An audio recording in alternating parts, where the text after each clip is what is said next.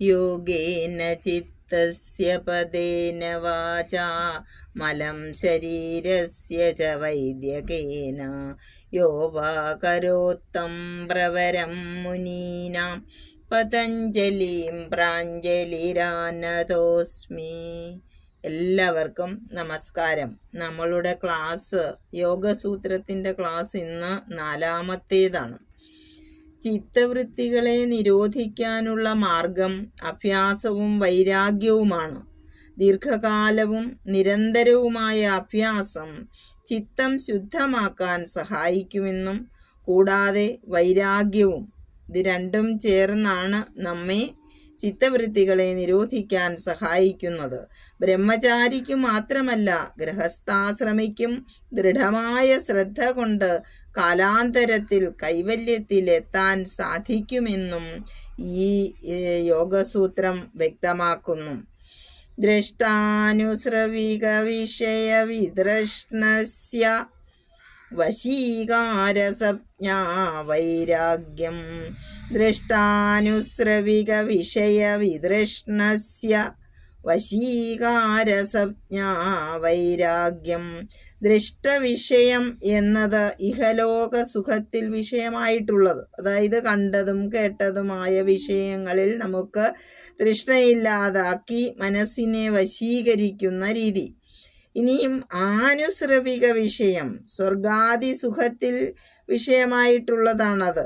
ഇതിലൊന്നും തൃഷ്ണയില്ലാതെയായാൽ നമുക്ക് ഈ ഇഹലോകത്തിലുള്ള സുഖങ്ങളിലും അതുപോലെ പരലോകത്തിലുള്ള സുഖങ്ങളിലും ഒന്നിലും നമ്മൾ അതൊരു വിഷയമായി നോക്കാതെ, അതിലൊന്നും നമുക്കൊരു തൃഷ്ണയില്ലാതെ ആയാൽ അതിനെ നമ്മൾ വശീകാരം എന്ന സംജ്ഞ എന്ന പേരുകൊണ്ട്, എന്ന വൈരാഗ്യം, വശീകാരം എന്നാണ് ആ വൈരാഗ്യത്തിൻ്റെ പേര്.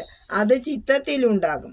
അവനവൻ്റെ അവസ്ഥയ്ക്കനുസരിച്ച് ആഗ്രഹം എല്ലാവരിലും ഉണ്ടാകും, അല്ലേ? നമുക്ക് ആഗ്രഹമില്ല എന്ന് പറയാൻ പറ്റത്തില്ല. ഉദാഹരണം, ഒരു ദരിദ്രന് ആഗ്രഹമുണ്ടെന്നാലും ഒരു മഹാരാജാവിൻ്റെ അവസ്ഥ വേണമെന്ന ആഗ്രഹം ദരിദ്രനുണ്ടാവുകയില്ല. തൻ്റെ ദാരിദ്ര്യം മാറിക്കിട്ടണം എന്ന ആഗ്രഹം അവന് ഉണ്ടാകാം. ഒരു മഹാരാജാവിൻ്റെ അവസ്ഥ വേണമെന്ന് അവൻ ഒരിക്കലും ആഗ്രഹിക്കത്തില്ല. അത്ര വലിയ ആഗ്രഹം, അല്ലേ? അവനിലുണ്ടാകുന്നത് ഒരു തനിക്ക് ഇപ്പോൾ ഈ അവസ്ഥയിൽ നിന്ന് രക്ഷ. അതുപോലെ തന്നെ ഓരോരുത്തരുടെയും അവസ്ഥ.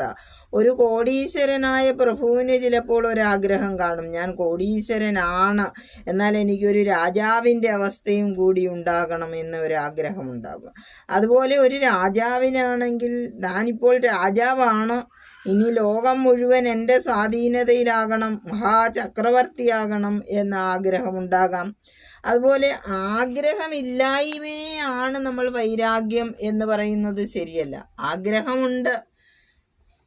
സുഖാനുഭവ സാധനങ്ങൾ കിട്ടിയാലും ഇല്ലെങ്കിലും, സുഖം അനുഭവിച്ചാലും ഇല്ലെങ്കിലും, ഏതു വിധമായാലും നിഷ്കാമമായി ഒരേ മനസ്സോട്, അല്ലേ? സുഖേ ദുഃഖേ സമം. സുഖത്തിലും ദുഃഖത്തിലും നമ്മൾ സമചിത്തതയോടെ ഇരിക്കുകയാണ്. അങ്ങനെ നിഷ്കാമമായി ഒരേ മനസ്സോടെ ഒരേ വിധത്തിൽ ഇരിക്കുന്ന അവസ്ഥയെയാണ് നമ്മൾ ശരിയായ വൈരാഗ്യം എന്ന് പറയുന്നത്. സ്വന്തം കർത്തവ്യത്തെ മറക്കാതെ വിവേകത്തോടുകൂടി ഇരിക്കാൻ ബോധപൂർവമായ ശ്രമം അത് ആവശ്യമാണ്. അല്ലാതെ നമുക്കത് ഇരിക്കാൻ പറ്റൂലല്ലോ.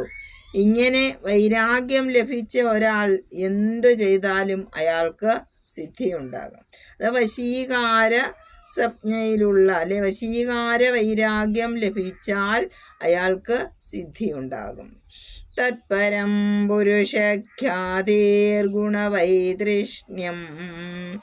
തത്പരം പുരുഷഖ്യാതേർഗുണവൈതൃഷ്ണ്യം. വൈരാഗ്യത്തിൻ്റെ ഉയർന്ന ഭാവം പരവൈരാഗ്യം. പുരുഷ സാക്ഷാത്കാരം കൊണ്ട് നമ്മൾ ത്രിഗുണങ്ങളിൽ സത്വരജസ് തമോ ഗുണങ്ങൾ അതിൽ തൃഷ്ണയില്ലാതെ ആയിത്തീരുക, അതിനെ പരമവൈരാഗ്യമെന്നാണ് പറയുക. ത്രിഗുണങ്ങളുടെ സമാവസ്ഥ. ഈ പ്രപഞ്ചമെല്ലാം പ്രകൃതികാര്യമായതുകൊണ്ട് സകല വസ്തുക്കളും ത്രിഗുണ സ്വരൂപങ്ങളാണ്, അല്ലേ? പുരുഷൻ നിർഗുണനും നിർമ്മലനുമാണ്. പുരുഷന്റെ തത്വബോധമുണ്ടായാൽ പ്രകൃതി കാര്യങ്ങളിലൊന്നും ആഗ്രഹമുണ്ടാവില്ല. പ്രകൃതി പുരുഷൻ എന്ന ഈ തത്വത്തിൽ പ്രകൃതി തത്വങ്ങളിൽ എല്ലാ കാര്യങ്ങളുമുണ്ട്. എന്നാൽ പുരുഷതത്വം നിർഗുണനും നിർമ്മലനുമാണ്. ആദ്യത്തെ വൈരാഗ്യം വശീകാരം യോഗചര്യയുടെ ആരംഭത്തിൽ ഉണ്ടാകേണ്ടതാണ്. ഇത് നമ്മൾ യോഗ പരിശീലിക്കുന്നതിന് മുന്നേ ഉണ്ടാകേണ്ട വൈരാഗ്യമാണ് വശീകാരം. സമചിത്തത യോഗ അഭ്യാസം കൊണ്ടുണ്ടാകേണ്ടതാണ് പരമവൈരാഗ്യം. ഇതു രണ്ടും ജ്ഞാനത്തിൻ്റെ അവസ്ഥാഭേദങ്ങളാണ്.